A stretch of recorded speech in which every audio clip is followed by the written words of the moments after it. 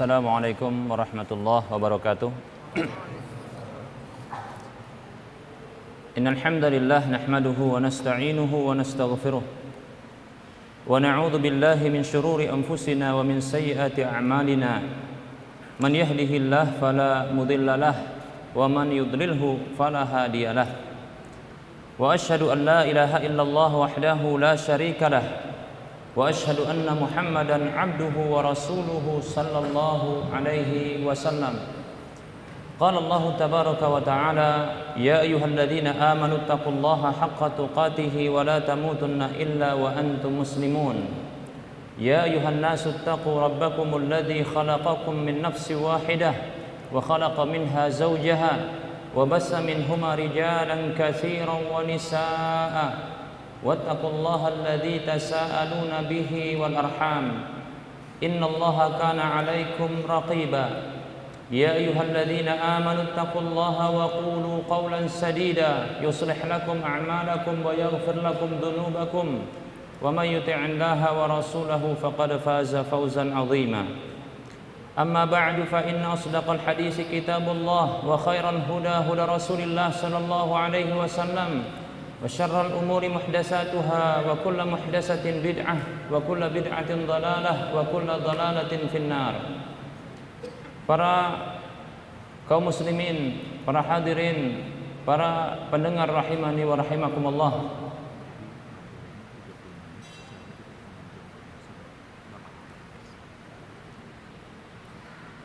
Alhamdulillah kita bisa bertemu untuk mengkaji ilmu terkait dengan larangan Allah Subhanahu wa taala di antara dosa-dosa besar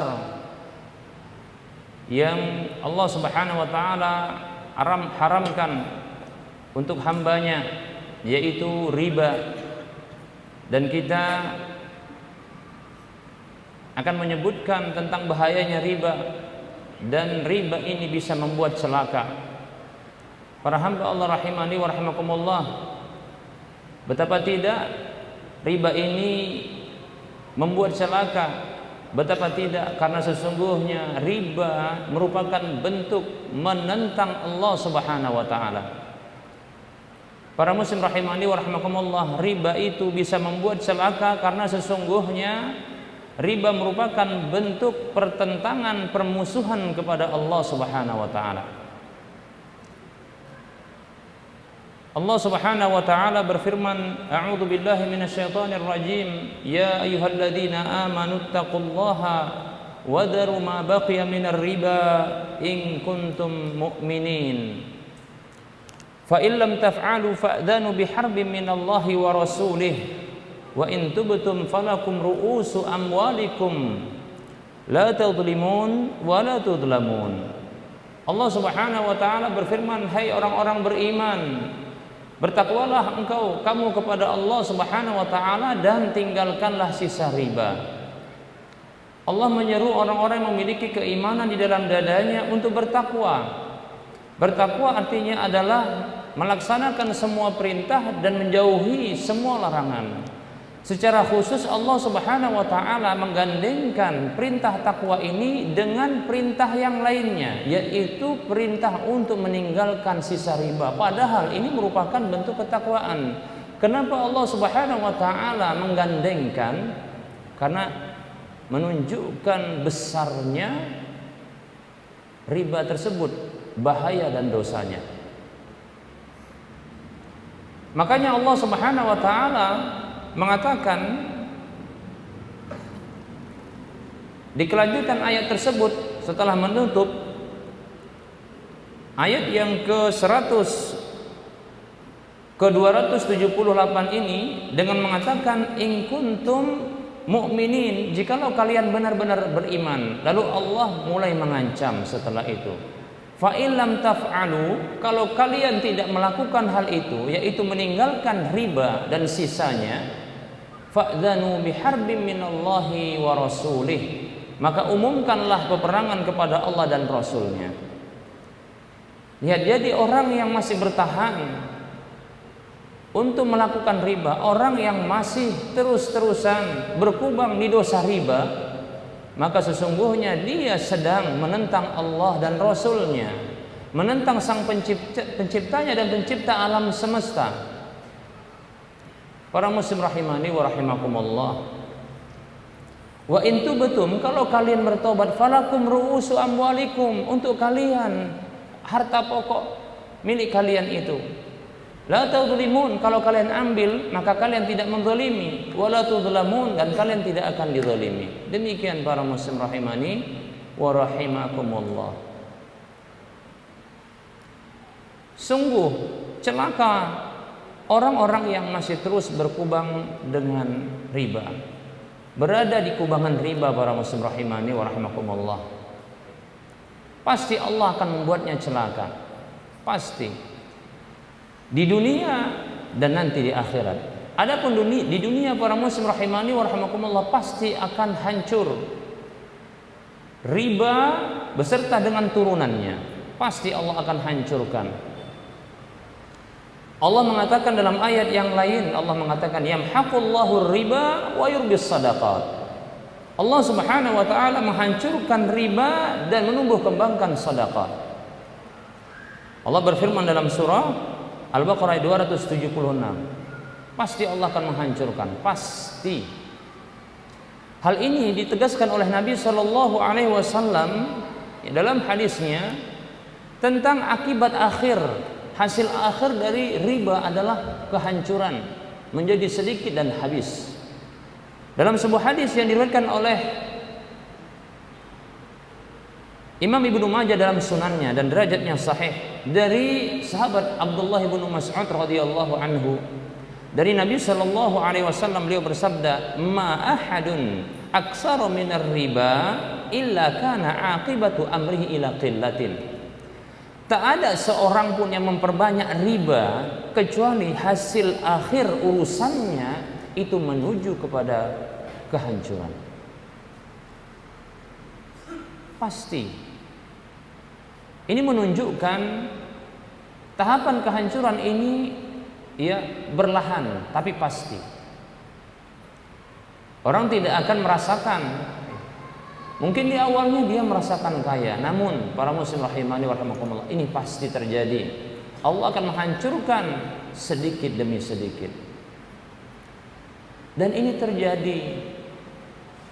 Lumpuhnya perekonomian dunia, ya, yang terjadi beberapa dekade belakangan ini, para muslim rahimani wa rahimakumullah, itu disebabkan riba, ya, yaitu perputaran perekonomian ini di atas pergerakan perbankan. Maka hancur para muslim rahimani wa rahimakumullah. Dan para muslim rahimani wa rahimakumullah, di antara ya upaya musuh untuk melumpuhkan sebuah negara adalah dengan riba.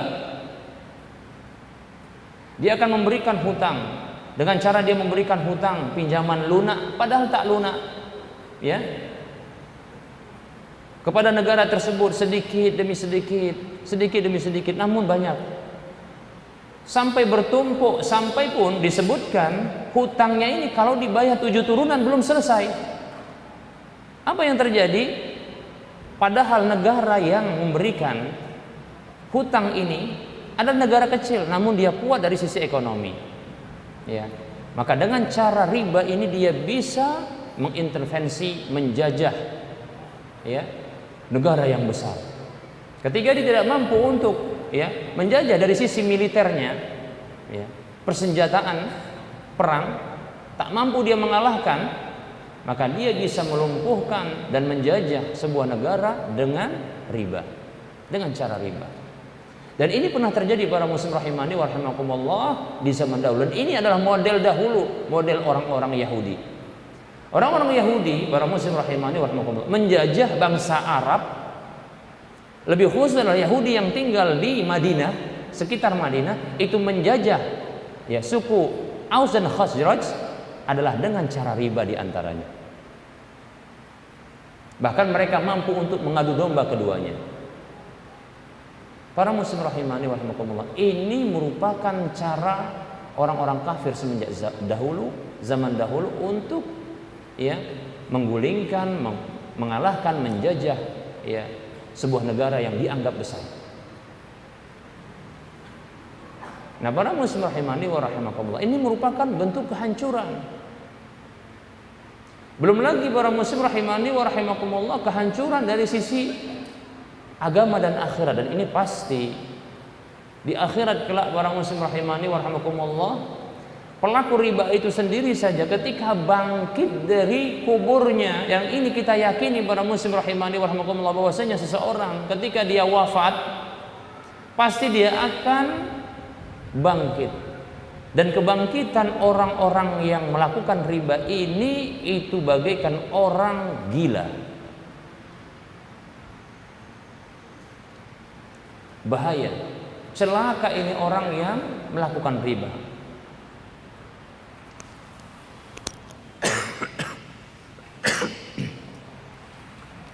Allah Subhanahu wa taala berfirman di dalam surah Al-Baqarah ayat 275, Allah mengatakan, alladzina ya'kuluna riba la yaqumuna illa kama yaqumul ladzi yatakhabbathu asyaitanu minal mas.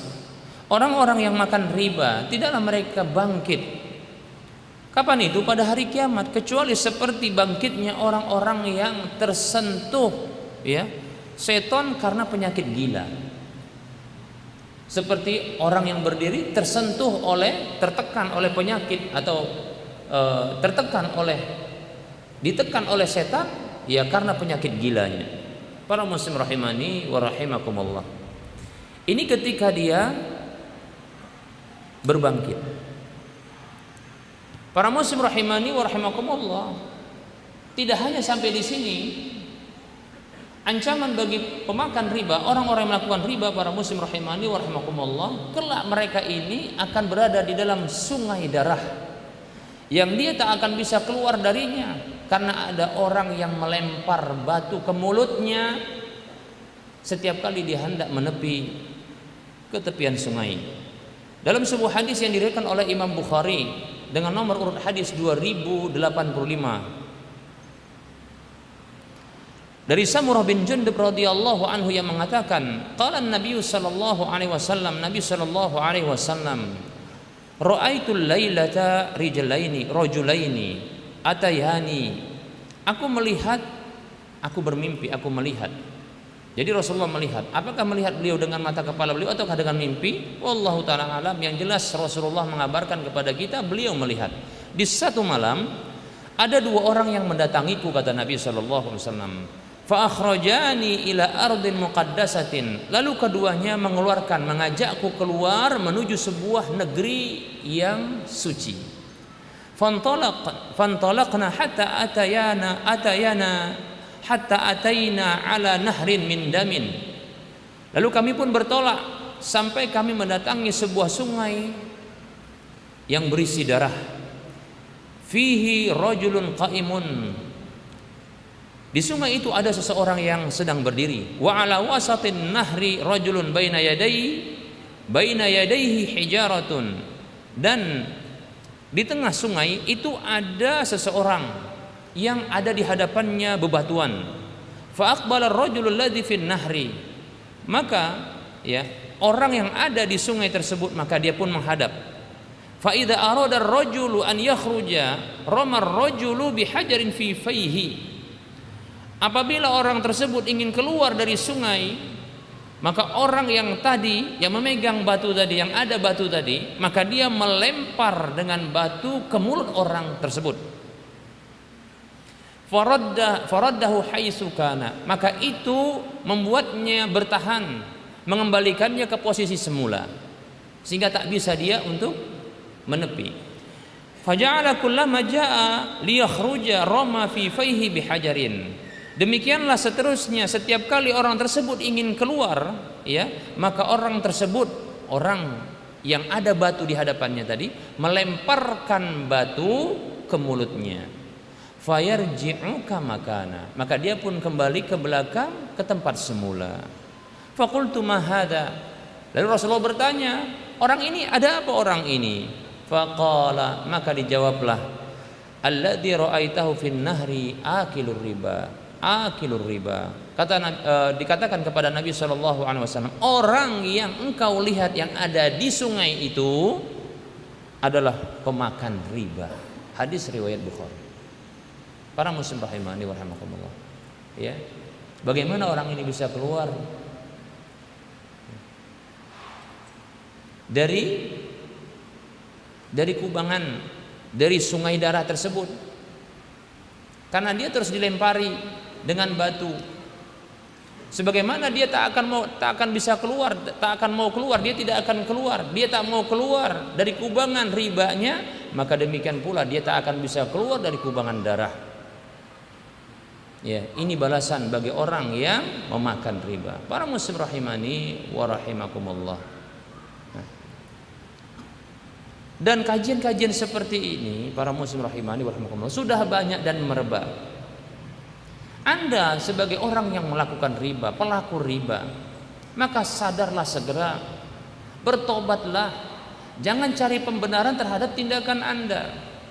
Bahkan mengajak orang-orang yang cinta dunia, dari orang-orang yang merasa sok tahu tentang agama, untuk melegalkan perbuatan Anda. Para muslim rahimani wa rahimakumullah, tobatlah, segera tobat dari dosa riba ini. Ini berat para muslim, pasti akan hancur. Kalau tak sekarang, pasti nanti. Kalau tidak nanti di dunia, pasti nanti di akhirat. Maka tobatlah. Janganlah Anda seperti orang-orang Yahudi. Setelah dia mengetahui tentang kebenaran, dia masih ngeyel, masih bandal, bahkan berusaha untuk mencari pembenaran terhadap tindakannya, bahkan berani menggontang-ganti tentang hukum-hukum Allah Subhanahu wa taala. Itu orang-orang Yahudi. Makanya mereka dimurkai oleh Allah Subhanahu wa taala. Anda sebagai orang Islam yang selalu sholat, tapi masih terus melakukan riba, dan dalam salat Anda selalu meminta kepada Allah Subhanahu wa taala di dalam surah Al-Fatihah, ihdinas siratal mustaqim, tunjukilah kami ke jalan yang lurus. Siratal ladzina an'amta alaihim, jalan orang-orang yang telah Engkau beri nikmat kepada mereka. Ghairil maghdubi alaihim, bukan jalan orang-orang yang dimurkai, waladdallin, dan bukan pula jalan orang yang sesat. Rasulullah Shallallahu Alaihi Wasallam menafsirkan al-maghdub alaihim, orang yang dimurkai itu adalah al-Yahud, Yahudi. Ad-dallun, orang yang sesat itu adalah an-Nasara. Orang-orang yang dimurkai oleh Allah itu adalah orang Yahudi. Mengapa mereka dimurkai oleh Allah Subhanahu wa taala? Karena mereka mengetahui tentang hukum-hukum Allah Subhanahu wa taala, tapi mereka melanggarnya. Pantaslah orang-orang yang dia telah mengetahui hukum Allah lantas dia melanggarnya, itu pantas untuk mendapatkan kemarahan dan kemurkaan Allah Subhanahu wa taala. Yang marah bukanlah penguasa Indonesia, yang marah bukanlah penguasa bumi ini, dari penguasa-penguasa bumi, tapi yang marah adalah pencipta Anda dan pencipta seluruh alam semesta, bahkan penguasa jagat raya. Maka segera tinggalkan riba. Berbahaya bagi Anda, bagi anak turunan Anda, bahkan bagi sekitar Anda, tinggalkan. Berani Anda menentang Allah Subhanahu wa taala, berani Anda mendapatkan kemurkaan Allah Subhanahu wa taala. Bahaya para muslim rahimani wa rahimakumullah. Ya. Tinggalkan. Bila Anda meninggalkan sesuatu karena Allah Subhanahu wa taala, pasti Allah akan mengganti dengan yang lebih baik. Pasti. Bukan saya menjamin, tapi Sang Pencipta Anda. Zat yang tadinya Anda menentangnya, zat yang tadinya Anda memusuhinya, bahkan mencoba untuk memeranginya Subhanahu wa taala. Dialah Allah Subhanahu wa taala. Dia pula yang menjamin Anda bila Anda mengikuti perintahnya, meninggalkan larangannya, menuju kepada keridhaannya, maka pasti dia akan memberikan jalan keluar yang terbaik bagi Anda. Pasti.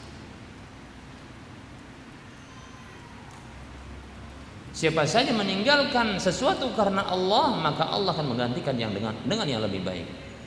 Dalam sebuah ayat yang kita menghafalnya, surah At-Talaq ayat 2 dan 3, Allah mengatakan, "Wa may yattaqillaha", Allah mengatakan, "Wa may yattaqillaha yaj'al lahu makhraja wa yarzuqhu min haitsu la yahtasib."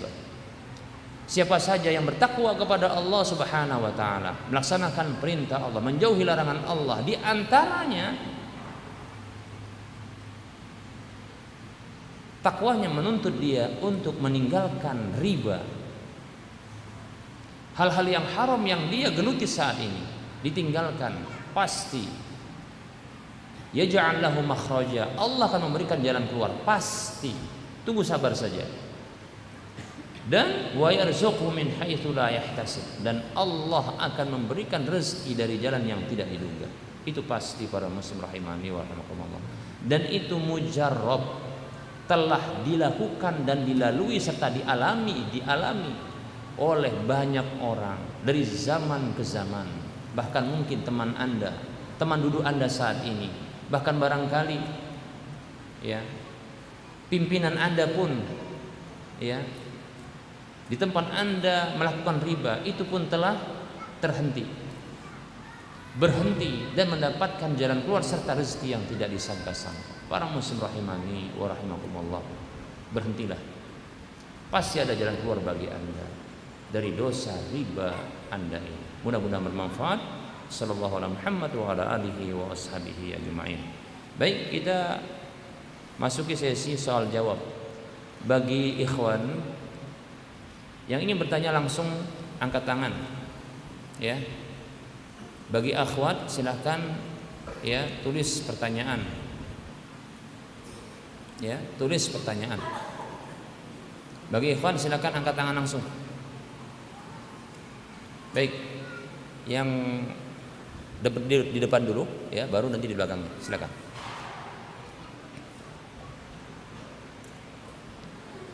Panitia, ada mic.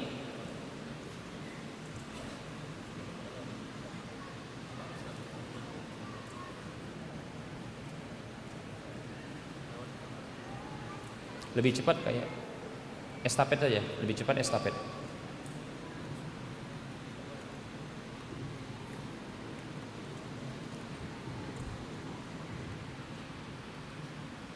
Baik ikhwan, tidak pakai kertas ya, langsung saja. Bukan, nggak pemalu kan? Ya, silakan. Waalaikumsalam warahmatullahi wabarakatuh.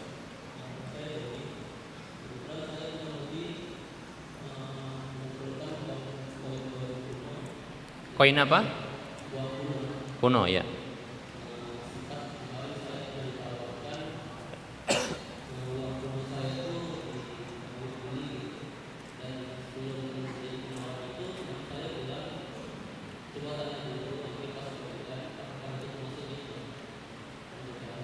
Yaitu menjual koin-koin kuno ya.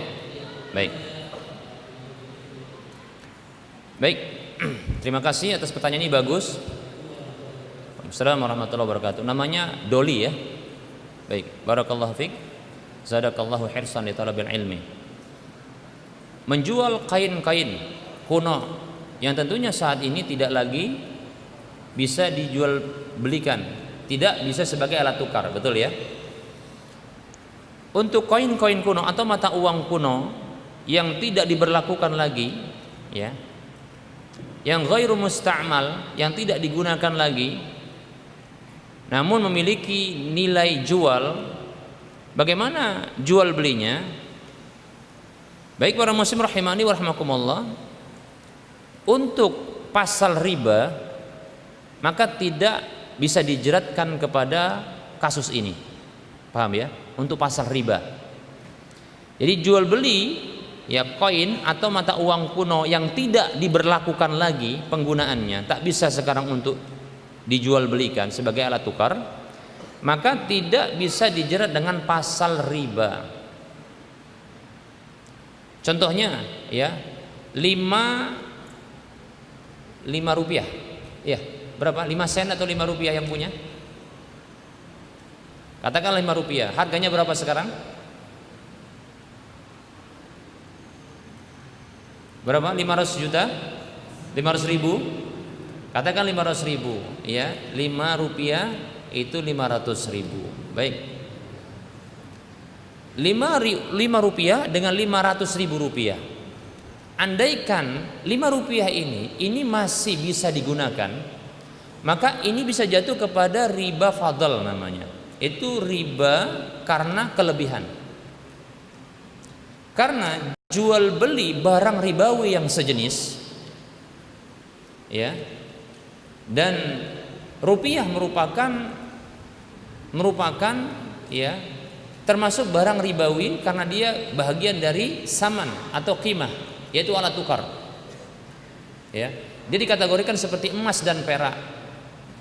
Nah, maka syaratnya supaya tidak jatuh ke dalam riba, maka ada 2 kalau barangnya sejenis. Ini rupiah dengan rupiah, ya. Maka syaratnya ada 2. Yang pertama adalah dia apa? Harus sama dalam kuantitas. Apakah sama dalam berat? Apakah ketika dia ditimbang sama dalam takaran kalau dia ditakar, ya. Sama di dalam nilai kalau dia mungkin mata uang. Nah, seperti itu, ya. Nah, kalau 5 rupiah dengan 500 ribu rupiah, maka ini ada perbedaan. Nah, ini kalau ditukar maka jatuh kepada syarat yang pertama ini. Dia ada kelebihan, maka jadilah riba fadl namanya.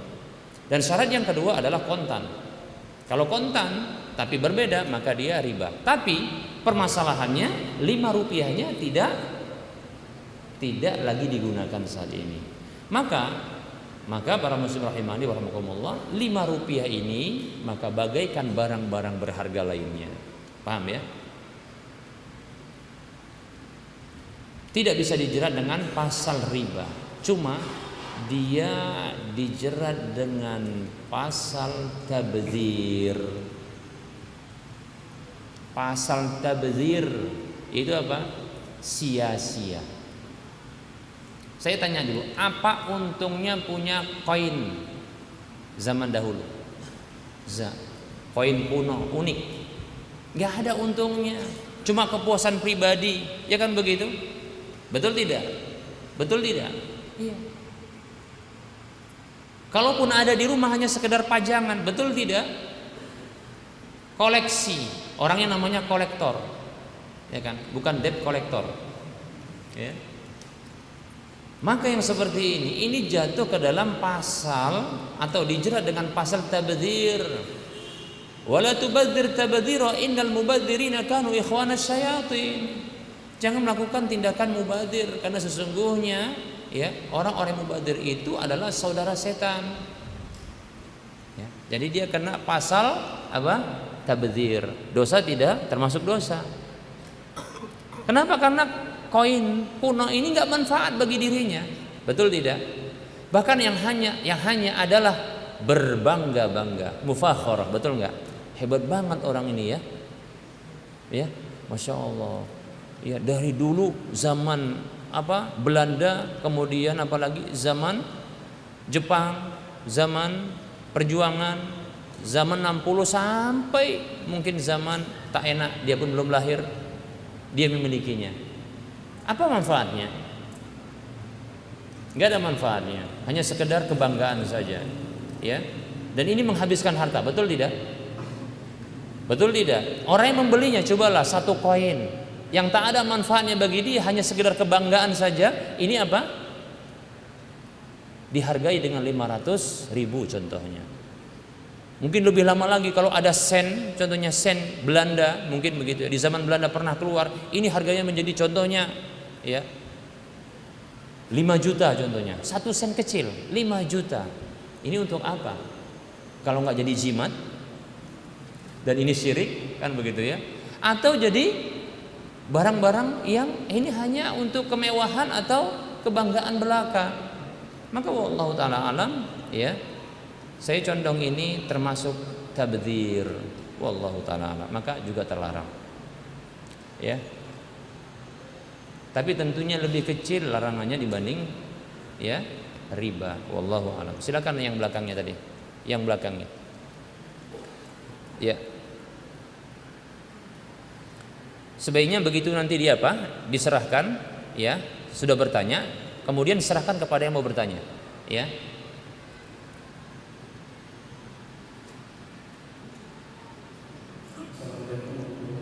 Waalaikumsalam warahmatullahi wabarakatuh.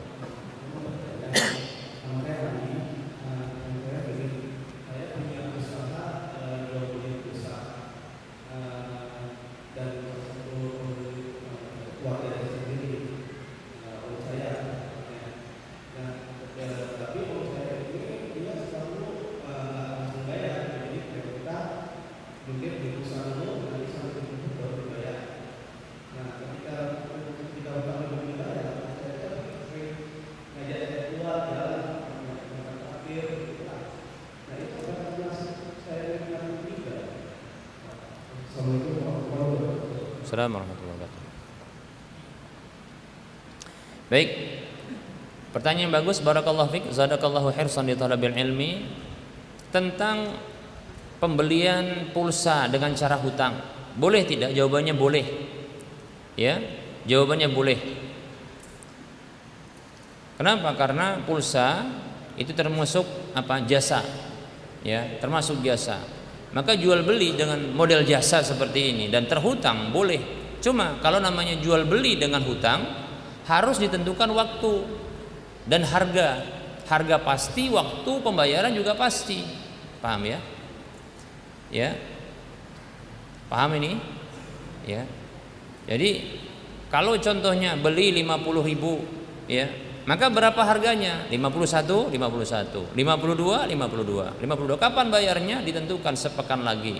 Kalau karena kebiasaan, ini pembayarannya adalah setelah tagihannya akan ya dibayarkan, itu setelah gajian. Tak perlu disebutkan maka tidak mengapa. Kenapa? Al-'adah muhakkamah. Al-'adah muhakkamah. Kebiasaan itu menjadi hukum. Paham ya? Jadi nggak perlu disebutkan, sudah tahu karena kebiasaannya bayar hutangnya setelah gajian contohnya. Atau kebiasaannya sepekan setelah itu, nggak perlu disebutkan berikutnya karena sering seperti itu, karena kerabat sendiri, maka tidak mengapa. Tapi bagi ya pembeli baru, maka apa? Harus disebutkan penentuan waktunya. Nah, selama sebelum pembayaran ini berarti kan hutang. Boleh tidak ya ditraktir oleh orang yang berhutang dengan dirinya. Sesungguhnya ini masalah yang kedua, ya. Dan ini berlaku secara umum.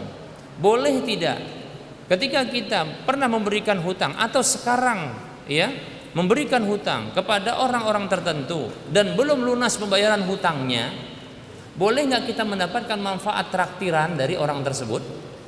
Ya. Para muslim rahimani wa rahimakumullah. Maka dirinci, bila traktir ini muncul, traktiran ini muncul, atau manfaat apa saja, ini manfaat bukan ini traktiran, manfaat enggak? Antum ditraktir enggak manfaat? Masya Allah, ini mah biasa aja ditraktir gitu ya? Ya enggak lah, kan manfaat ini ya. Ya. Ada yang mau traktir saya? Pasti dapat manfaat saya kan gitu ya. Ya, ini manfaat. Sementara kullu qardin jarra manfaatan fahuwa wajhun min wujuhir riba. Ya. Setiap hutang piutang yang menuntut ya adanya manfaat tambahan, maka itu merupakan bentuk riba. Ya. Maka ini dirinci. Bila manfaat ini datang munculnya setelah ada hutang dan sebelumnya belum pernah, maka inilah manfaat, tak boleh. Paham ya? Tapi apabila manfaat ini merupakan bentuk ya mualah, yaitu apa? Kesinambungan dari sebelumnya, karena kerabat ini biasa traktir, sebelum pun punya urusan seperti ini biasa traktir. Ya. Biasa memberi. Ya, biasa juga apa? Saling tukar menukar hadiah contohnya. Maka hadiah seperti ini, pemberian seperti ini, traktiran seperti ini dianggap adalah kebiasaan sebelumnya. Kembali kita katakan al-'adah muhakkamah, ya. kebiasaan menjadi hukum. Yaitu apa? Ini tidaklah dianggap sebagai manfaat baru atas hutang, tapi kebiasaan yang lama. Maka yang seperti ini tidak menjadi riba. Bisa dipahami? Bisa dipahami. Contohnya tadi pamannya biasanya sebelum ada hutang itu biasa traktir. Sudah. Kebetulan karena punya kemanakan ini jual pulsa dan boleh pula berhutang karena kemanakan, ya. Nanti dibayar contohnya di akhir bulan ketika gajian contohnya. Dalam kondisi hutang belum terbayar diajak makan juga, traktir juga. Maka yang seperti ini tidaklah riba. Tapi kalaulah kemunculan traktiran, pemberian, manfaat itu setelah adanya riba dan sebelumnya setelah adanya hutang dan sebelumnya belum ada kebiasaan seperti ini, maka dikhawatirkan. Paham ya? Ini adalah riba. Bisa dipahami? Bisa dipahami? Selesai pertanyaan. Ada pertanyaan yang lain? Baik, kita beranjak kepada ya penanya akhwat. Silakan akhwat kalau ingin bertanya.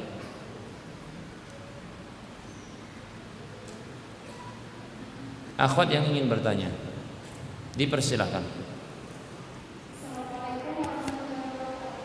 Waalaikumsalam warahmatullahi wabarakatuh.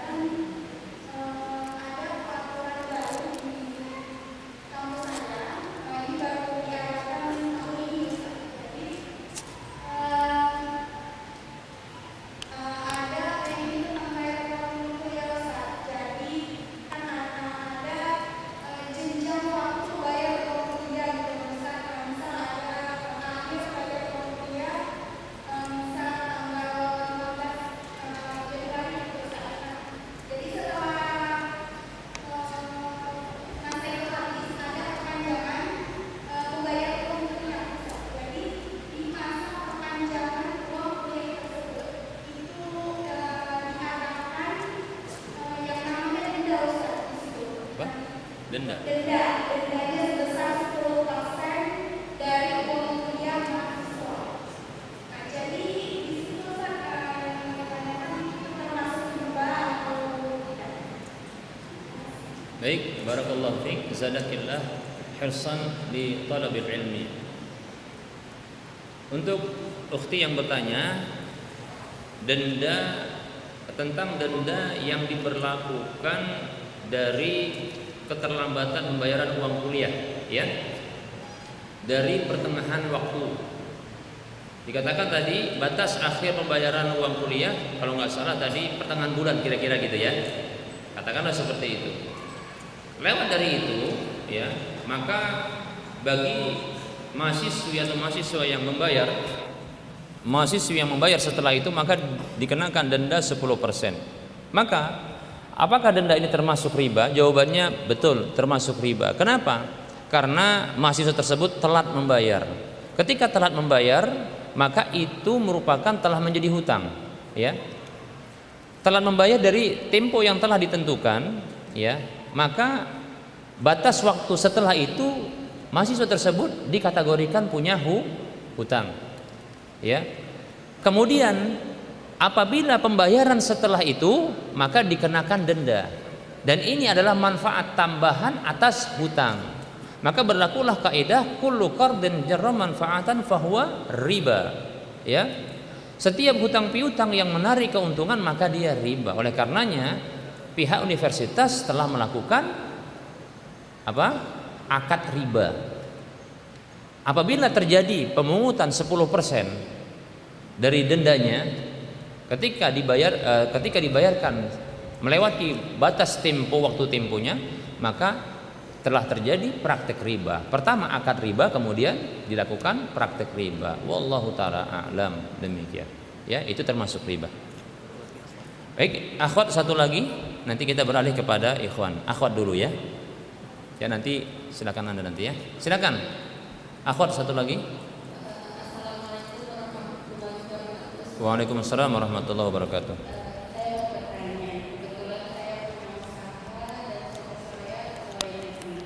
Apabila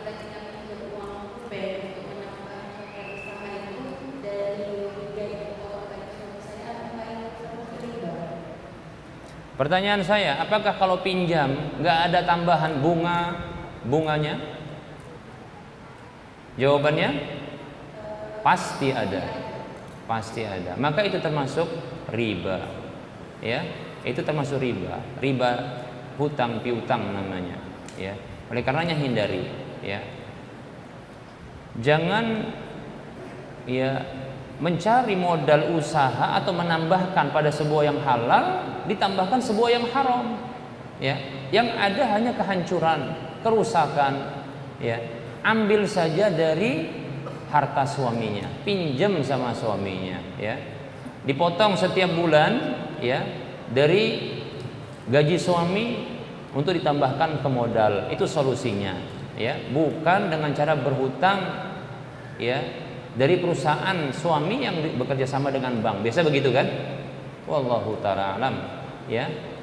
Apabila terjadi hutang piutang, ya, kepada lembaga perbankan, keuangan, apakah yang dia ya menyusup ke perusahaan-perusahaan atau dia mandiri contohnya. Karena kalau ke perusahaan biasanya yang jadi jaminannya adalah pekerjaan kan gitu ya.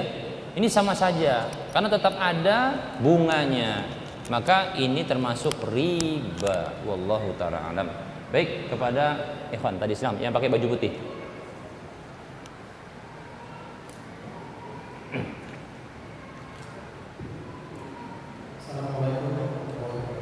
Assalamualaikum warahmatullahi wabarakatuh.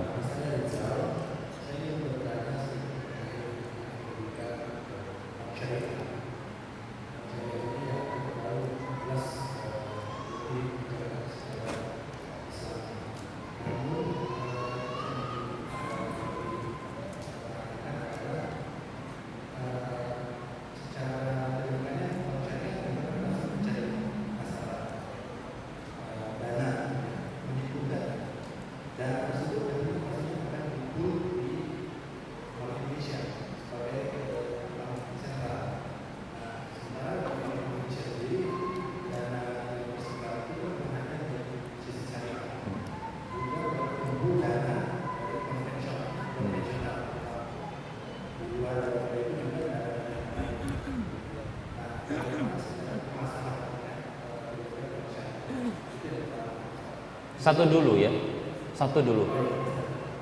Maaf, Anda termasuk praktisi ini bank syariah, perbankan syariah?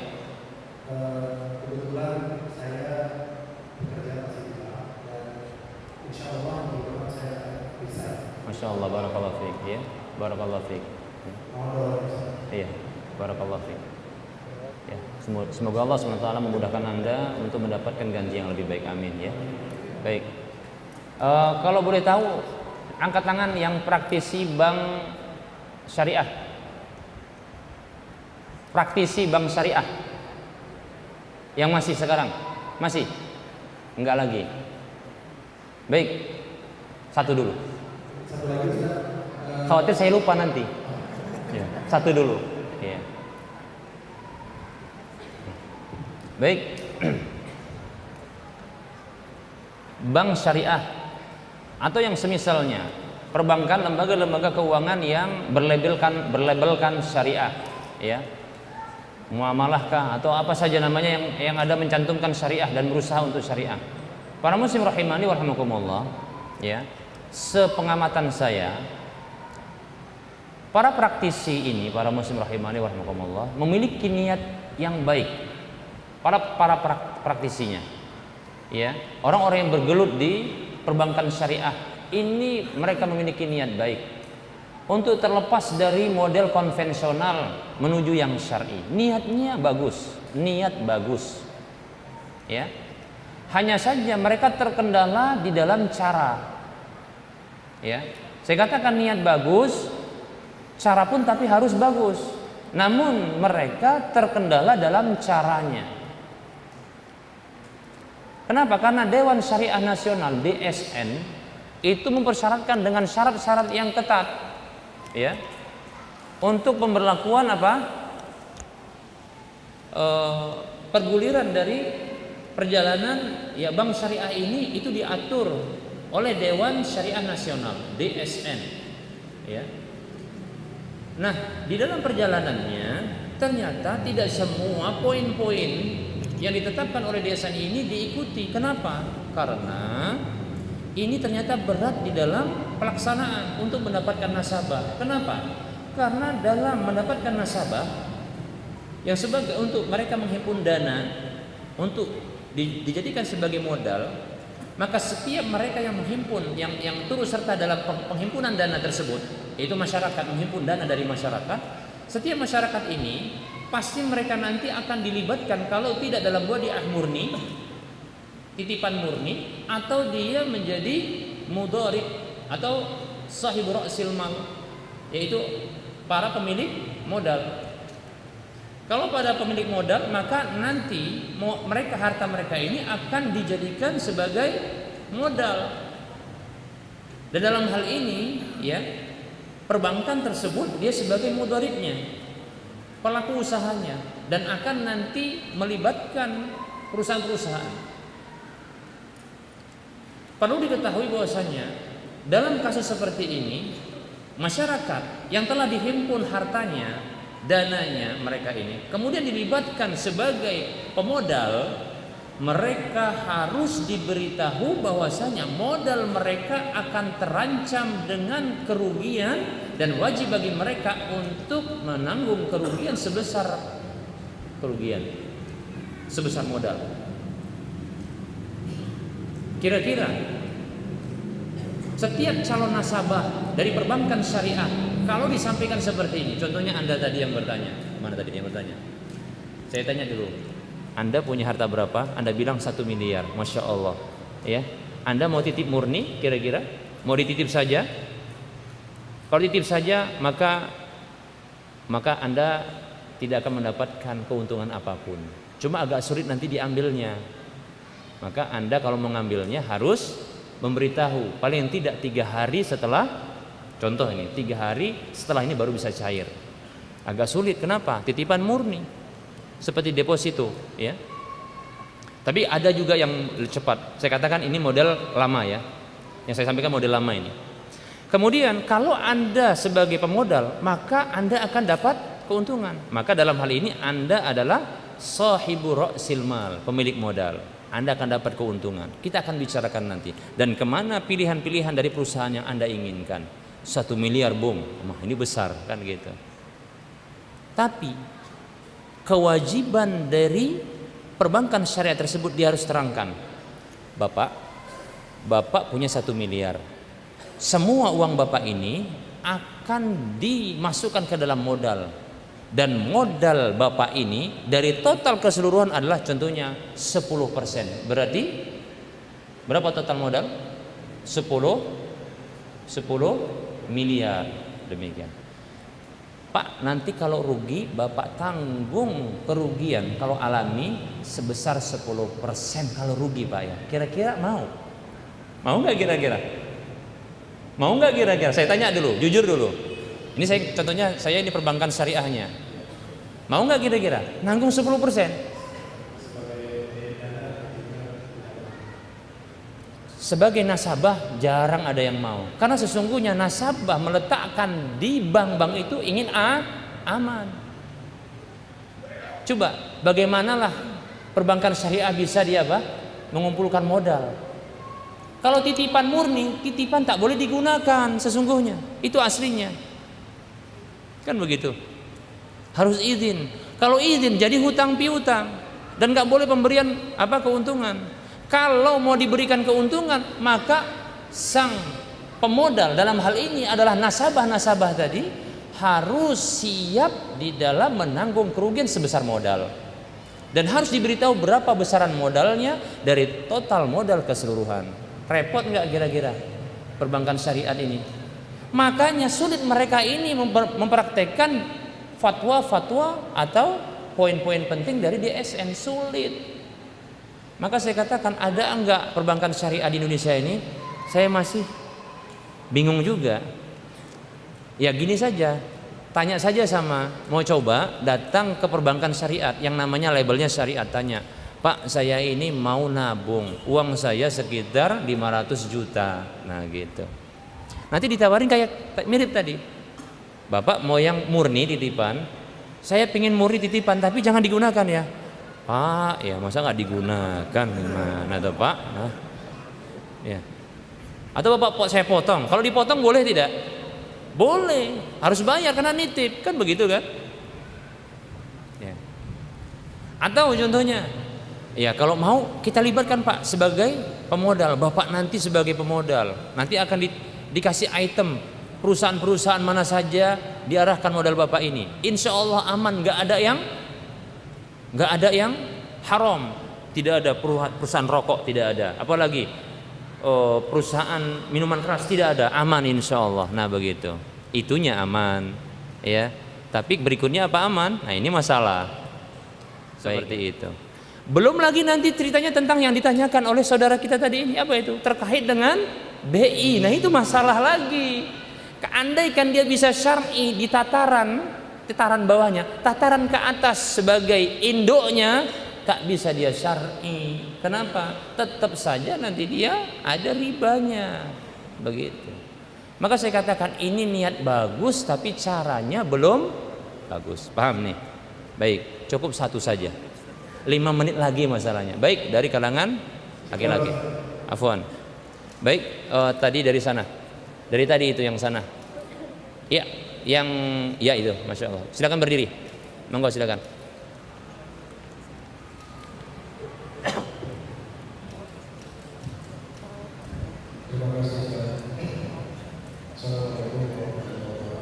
Assalamualaikum warahmatullahi wabarakatuh.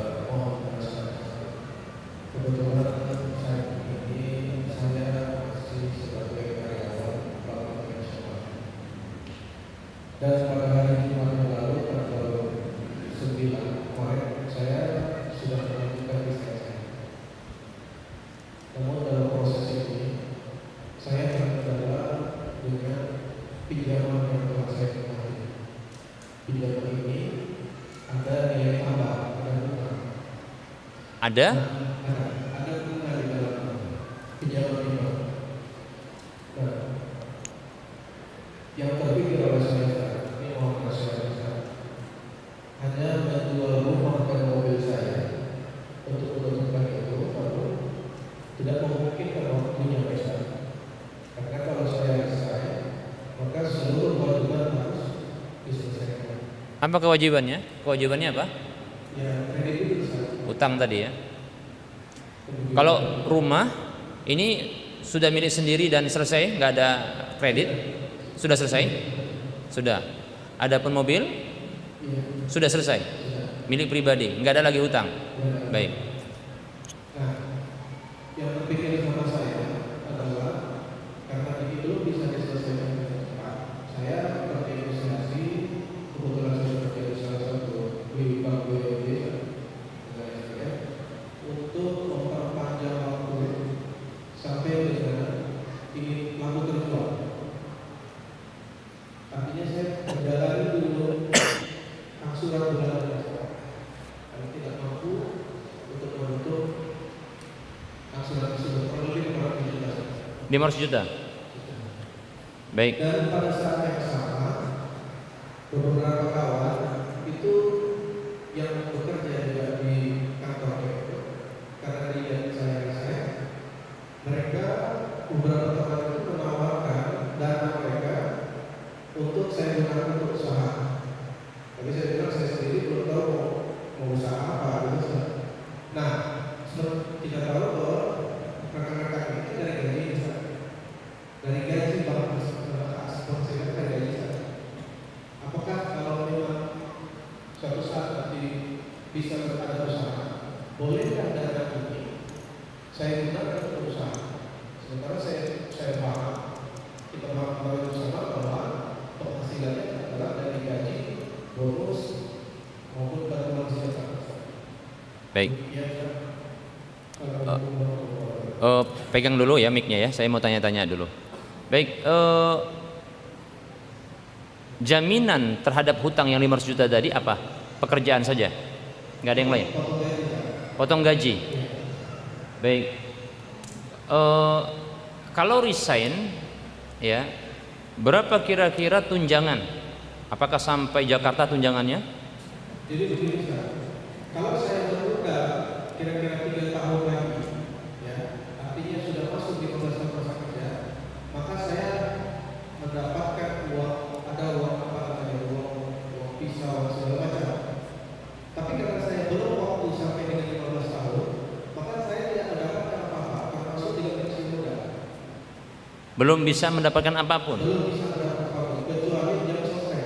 Jam selesai kan memang gaji yang dipotong setiap bulannya selama bekerja. Nah, jadi tidak ada, saya dapat informasi dari bagian saya tidak memperoleh apa namanya, uang dari resigning yang besar. Jadi tidak bisa apa namanya, tunjangan yang didapatkan dari resign tidak bisa menutupi hutang. Iya. Pokok dari hutang berapa kalau boleh tahu? Saat ini 450 520, Masya Allah ya. Sebenarnya pertanyaan serupa pernah ditanyakan kepada saya berikan jawaban. Kira-kira kalau resign dapat nggak tunjangan? Dapat Ustaz. Dari situ kira-kira bisa nggak diusahakan? Bisa, tapi ada proses lagi, ya. Ada proses yang dilakukan. Maka saya sarankan untuk coba tempuh proses tersebut untuk menutupi hutang. Nah, untuk menutupi hutang, proses tersebut dilakukan untuk menutupi hutang. Bila proses ini selesai dapat, maka tertutupi hutang. Ya. Paling tidak pokoknya. Adapun sisanya, apakah ini contohnya bisa apa namanya, bisa dikenakan apa namanya, sanksi hukuman contohnya di pihak dibawa ke pengadilan contohnya, atau mendapatkan pelanggaran apa, pidana, bukan pidana namanya, pidana ya.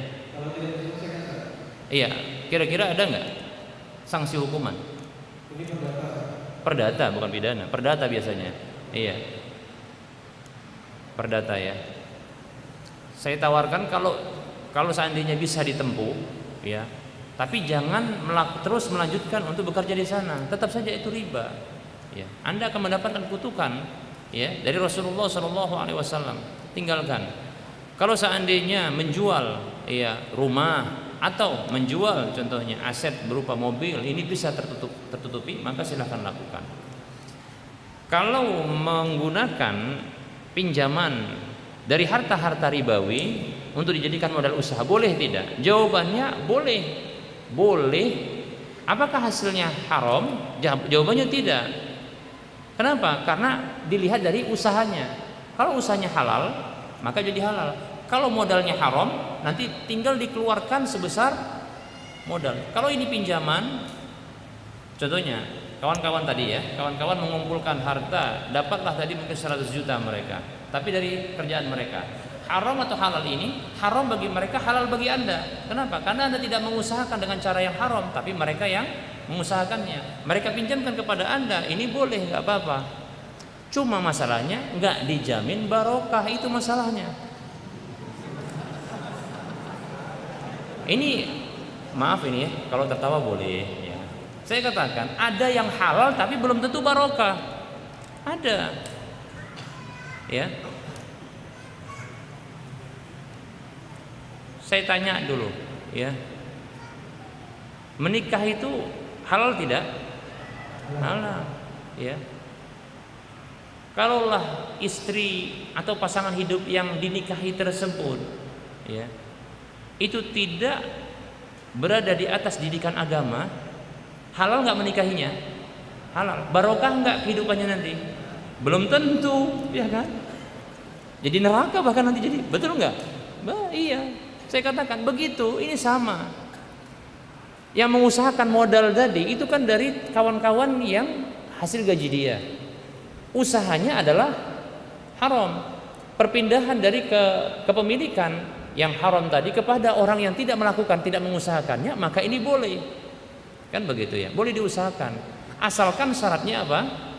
Caranya cara yang halal. Pinjam, pemberian murni, kan begitu ya. Kemudian usahanya berikutnya diusahakan untuk yang halal pula, maka bisa halal. Jaminan keberkahan ini saya nggak jamin, itu masalahnya. Tapi insya Allah kalau inilah baru yang tampak untuk solusi, mudah-mudahan, dan ini kesungguhan ini yang tampak baru saat ini, mudah-mudahan ini pula jalannya, mudah-mudahan ya. Kalaulah seandainya pun termasuk pula kawan-kawan ini patungan, sudahlah, kau kan mau keluar dari sini, kami tak bisa pula, cuma kau yang bisa keluar, kami bantulah, kami patungan, nanti kau bayar saja kepada kami sebesar modal itu, ya. Kumpulkan semua hartamu untuk membayarkan hutang-hutangmu. Setelah itu silakan resign, kan begitu. Tercukupi semuanya, aset dijual, plus dengan apa tadi? Hutang kawan-kawan, pemberian hutang dari kawan-kawan, tertutupi, bayar, selesai, sudah. Baru kemudian sisanya dibuat untuk usaha. Insya Allah bisa. Boleh yang seperti ini. Baik. Iya, seperti itu ya. Saya sarankan untuk segera berhenti. Jangan lanjutkan kontrak kerjanya, ya. Karena kalau tidak, maka kita terus dalam kondisi apa? Kutukan, ya, kutukan. Doa laknat Rasulullah Shallallahu Alaihi Wasallam. Mudah-mudahan kita doakan kepada saudara kita ini yang terus ya masih bekerja di perbankan, ya, tempat-tempat ribawi. Demikian pula saudara-saudara kita yang lainnya, ya. Mudah-mudahan mereka diberikan kemudahan oleh Allah Subhanahu wa taala untuk bisa terlepas dari jeratan riba. Amin, ya. Barangkali ini saja yang bisa kita sampaikan. Mohon maaf atas segala kekurangan dan kesalahan. Waktunya terbatas. Insyaallah barangkali nanti ada sesi yang ketiga. Insyaallah taala. Wassallallahu ala Muhammad wa ala alihi wa ashabihi ajmain. Subhanakallahumma wa bihamdika asyhadu an la ilaha illa anta astaghfiruka wa atubu ilaik. Alhamdulillahirabbil alamin. Assalamualaikum warahmatullahi wabarakatuh.